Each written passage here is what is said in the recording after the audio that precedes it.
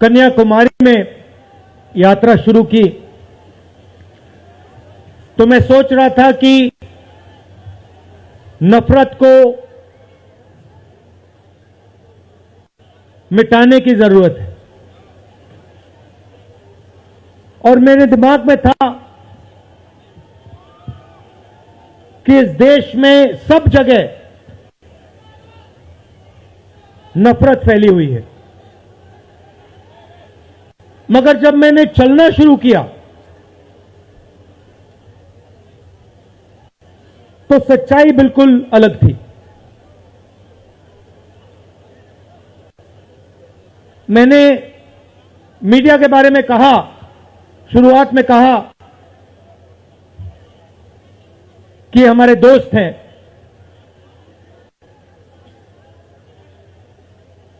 दोस्त हैं, मगर हमारी बात टीवी पे कभी नहीं दिखाते हैं।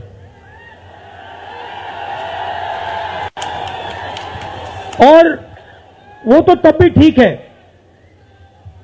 वो ठीक है, हमारी बात नहीं उठाएं तो ठीक है, कोई प्रॉब्लम नहीं है।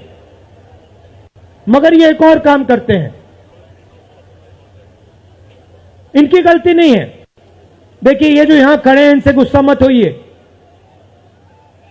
इनकी गलती नहीं है। देखिए, मुस्कुरा रहे हैं, ये जानते लगाम लगी हुई है, पीछे से लगाम लगी हुई है।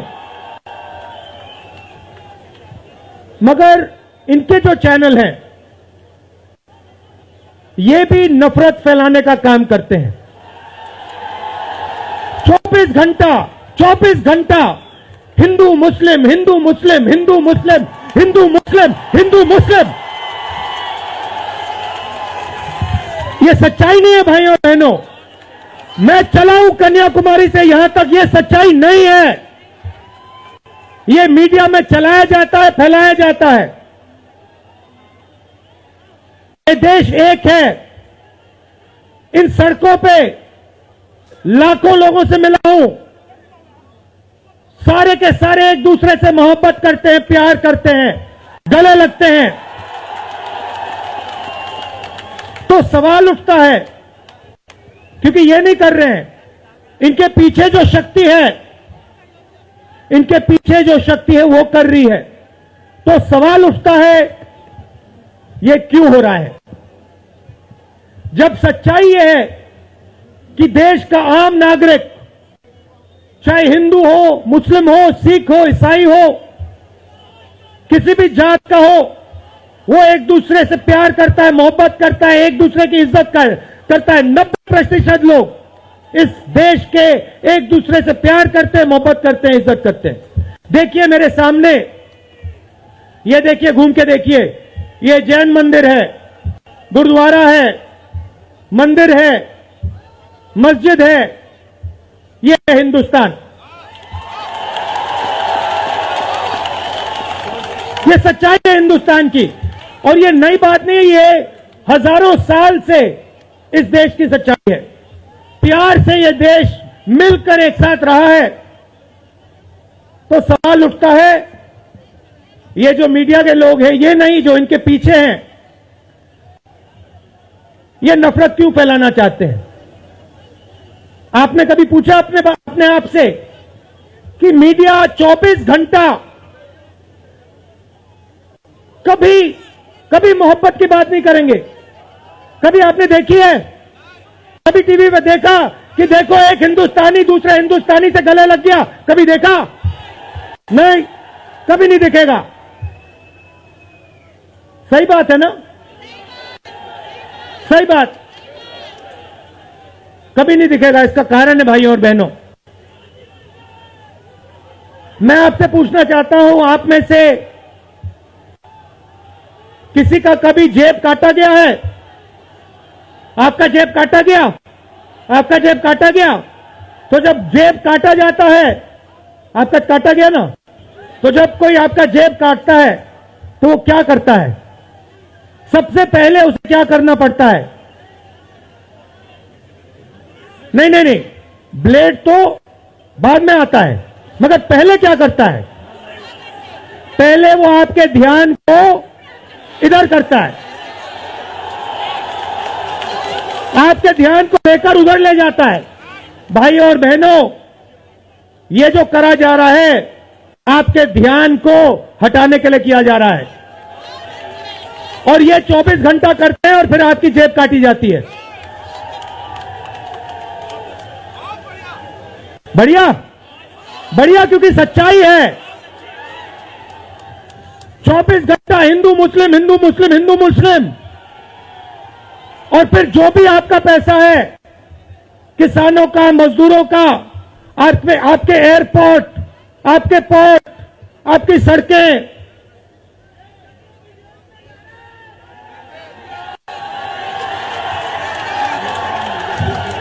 सीधा किसके जेब में? इनके मालिक के जेब में। इनको कौन चलाते हैं? नाम बताओ। देखो, सब जानते हैं, पूरा हिंदुस्तान जानता है। भाई और बहनों, ये नरेंद्र मोदी जी की सरकार नहीं है, ये अंबानी अदानी की सरकार है। ये सच्चाई है, और ये पूरा पूरा लक्ष्य इनका आपके ध्यान को इधर से उधर, उधर से इधर करने का है। मैं 2800 किलोमीटर चला हूं, 2800। मुझे कहीं नफरत नहीं दिखी, कहीं हिंसा नहीं दिखी, कहीं मारपीट नहीं दिखी। मगर जब मैं इनका टेलीविजन खोलता हूं, 24 घंटे मुझे मारपीट, हिंसा, नफरत दिखाई देती है। क्यों? क्योंकि ये आपका ध्यान इधर से उधर ले जाना चाहते हैं।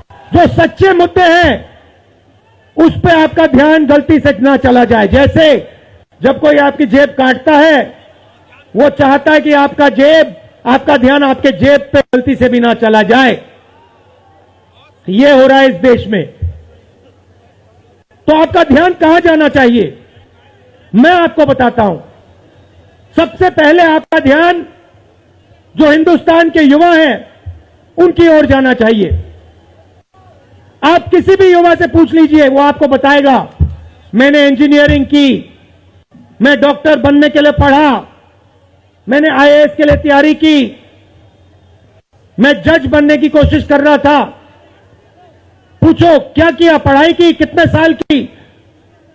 स्कूल, कॉलेज, यूनिवर्सिटी सब पढ़ लिए, और फिर क्या हुआ?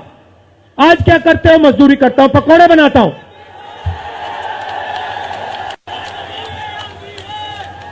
बेरोजगारी क्यों आई? मैं आपको बताता हूं। और जो हमारे छोटे व्यापारी हैं, जो स्मॉल और मीडियम बिजनेस चलाते हैं, आप अच्छी तरह सुनिए, क्योंकि आप इस देश के भविष्य हो। अगर इस देश को कोई रोजगार दे सकता है तो इस देश का किसान और ये जो छोटे व्यापारी हैं और स्मॉल और मीडियम बिजनेसेस चलाते हैं, ये लोग हैं। क्यों?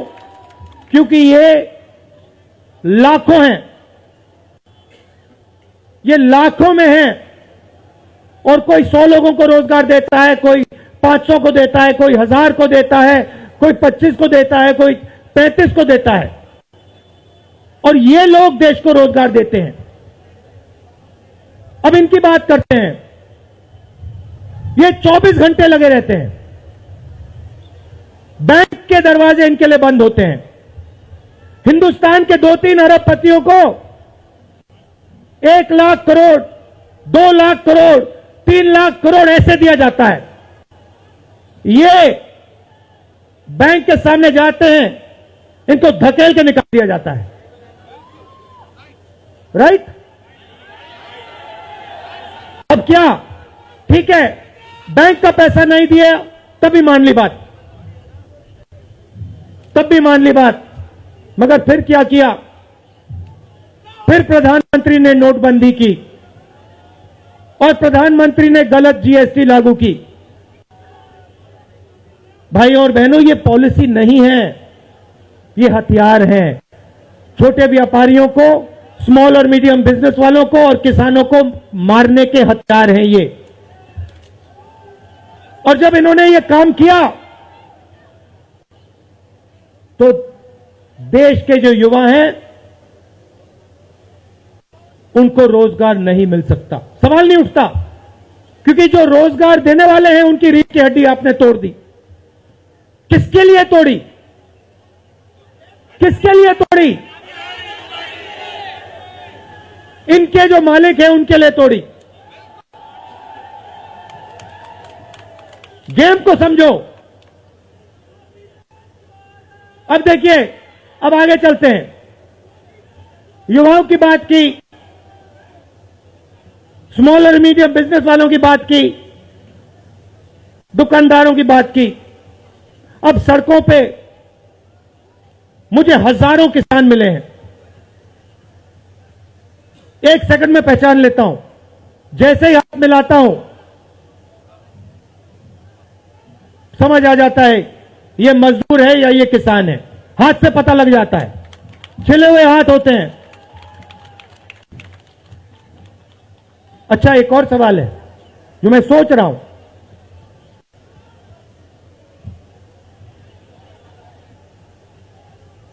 प्रेस वाले ने मुझे पूछा क्या आपको ठंड नहीं लगती? और मैंने सोचा ये मुझसे पूछ रहे हैं, हिंदुस्तान के किसान से क्यों नहीं पूछते? ये हिंदुस्तान के मजदूर से क्यों नहीं पूछते? ये हिंदुस्तान के गरीब बच्चों से क्यों नहीं पूछते? फिर कहते देखो 2800 किलोमीटर चल लिए, कोई बड़ी बात नहीं है। पूरा हिंदुस्तान चलता है, जिंदगी भर चलता है। किसान चलता है, मजदूर चलता है, फैक्ट्री में जो काम करते हैं वो चलते हैं। तो हमने ये कोई बड़ा काम नहीं किया भाइयों और बहनें, पूरा हिंदुस्तान करता है, रोज करता है। हम 2800 किलोमीटर चलते हैं, किसान शायद जिंदगी में 10,000, 15,000, 20,000 चल लेता है।